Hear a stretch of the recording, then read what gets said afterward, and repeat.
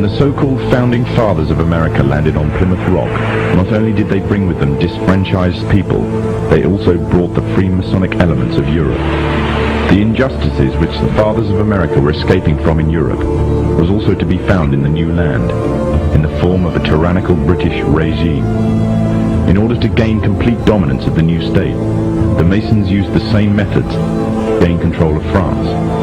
Although the British monarchy was run by the Masons, the American War of Independence was a necessary action, and the people involved in the war were expendable for the Masons to fulfill their dream. Emotions of the people were manipulated into anger, and just like France, anger turned into war. This time, however, previous mistakes would not be repeated. The near defeat the Masons faced against Napoleon and his army in Europe taught the Masons a lesson. Any forthcoming leaders of the resistance must follow the Masonic agenda. The best way to do this was to ensure the leader himself was a Mason, and the leader who took the war to the British was none other than George Washington. On the 4th of July 1776, the Declaration of Independence was made. On the 17th of October 1781, the British were finally defeated and surrendered the colonies to the Americans, and the world's first Masonic state was born, a nation that would represent Masonry in every way. A sign of the Masonic presence in America is plainly visible on the dollar bill, which carries a picture of George Washington, the first Freemasonic president in the world, and a picture of the Freemasonic symbol of the so-called all-seeing one eye.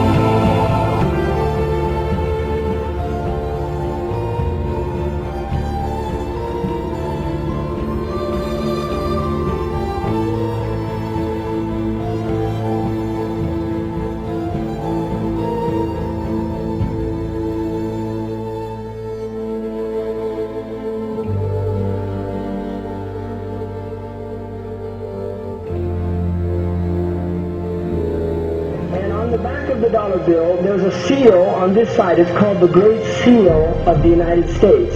That's what it's called. It's their seal. Now behind the seal, this is actually what is behind the Great Seal of the United States, is a pyramid with one eye. Now the one eye is the sun god Ray, which is where we get the word ray, sun rays. It is the sun god, same Mithraic character, and he shows up again and again. This is the Masonic god of the ray. If you look, you'll see the pyramid is built except for the top. It's built except for the top. The eye is suspended above the top. It hasn't come down yet. Because they believe until they finished the Masonic project, which is the what they say on the bottom, Novus Ordo Seclorum, and then Annuetta Chapters, he is pleased with our project. In other words, the God they believe in is pleased with our project. What is the project? This is the question. What is the project that this God is pleased with? The project is literally the secularization of the world. To completely strip the world from religious beliefs. This is the project, and that is why it is called Novus Ordo Seclorum, a new secular or worldly order. If you translate that into Arabic, it would be a Nizam al-Alami ad-Dunyawi, not al-Jadid.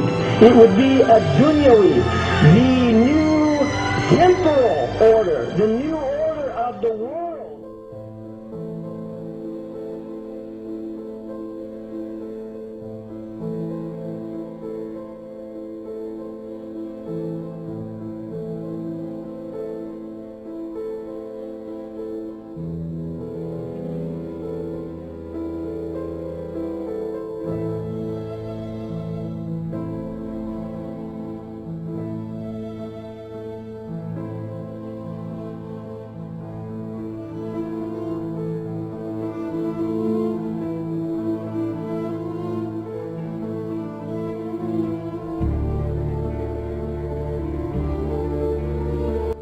comes to simple cartoons, the Masons have not left anything to chance in promoting their message of a global government.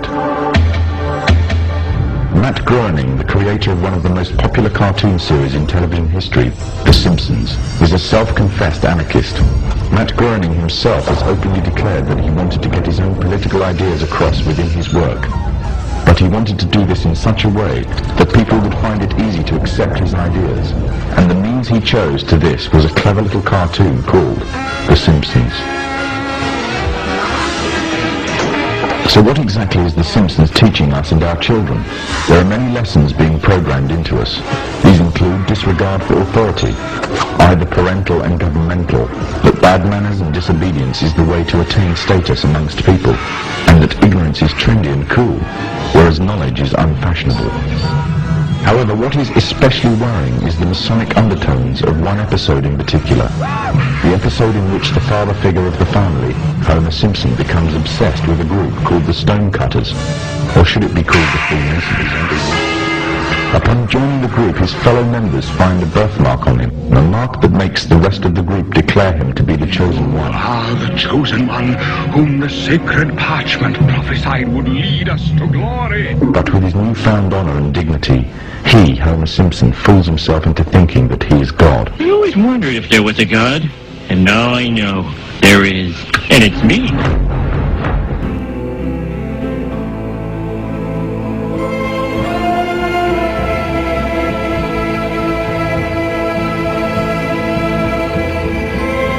Some may dismiss it as nothing more than a children's cartoon, a bit of harmless fun.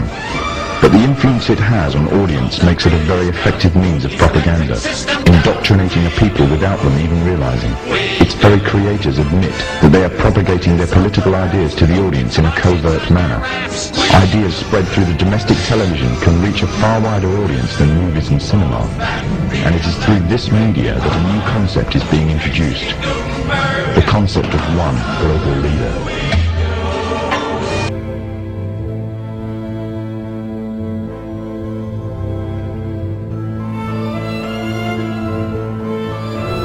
Rudyard Kipling, another Freemason, wrote a book called The Man Who Would One Day Be King. This was later made into a big-budget Hollywood film, starring the likes of Sean Connery, Michael Caine, and Saeed Jaffari. The book is the story of two soldiers that journey to a country on the edge of India, a country that was once rumoured to contain great riches, that once belonged to Alexander the Great. Upon reaching the country, the two soldiers are captured by the local inhabitants, a people called Kafirs, named after their country, Kafiristan. When the two men are about to be killed, a necklace is discovered around the neck of one of the soldiers. Engraved on it is the symbol of the Masonic one eye. The Kafirs revere him as their god and attribute to him the divine attribute of immortality. The man himself first regards himself as a king, and then in his newfound power begins to regard himself really as being a god.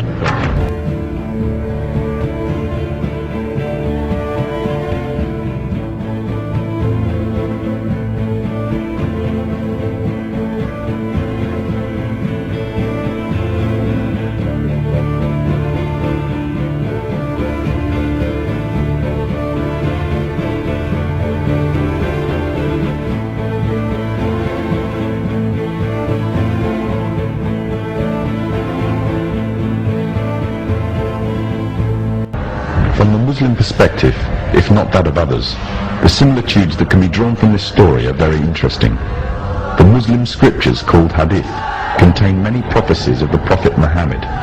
In these, it is prophesied that a man would arise from amidst the Kafirs, which means infidels in Islam, who would be recognized by his one eye and would be made a world leader, claiming first to be a king and then later to being God, and that he will seem immortal until an appointed time.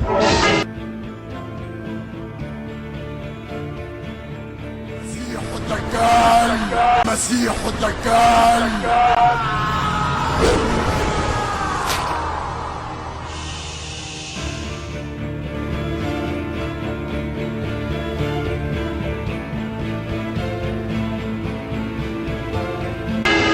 In another film, the concept of global leader and global government is also strongly propagated.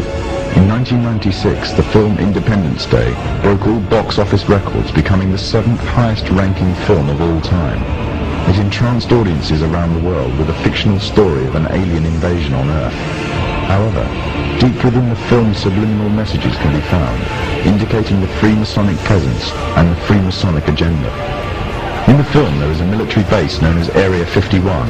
It is from here that the military offensive is launched, on which the salvation of the whole world and the future of its inhabitants depends. The entrance to this installation is a pyramid, on which is engraved the symbol of the one eye.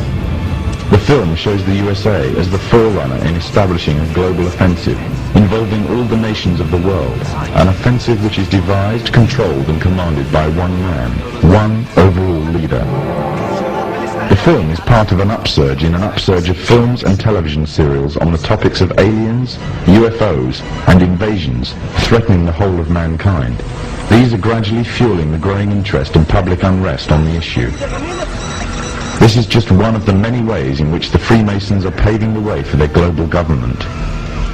The Freemasons are using a number of approaches to drive fear into the hearts of the masses. I occasionally think how quickly our differences worldwide would vanish if we were facing an alien threat from outside this world. And yet I ask you, is not an alien force already among us?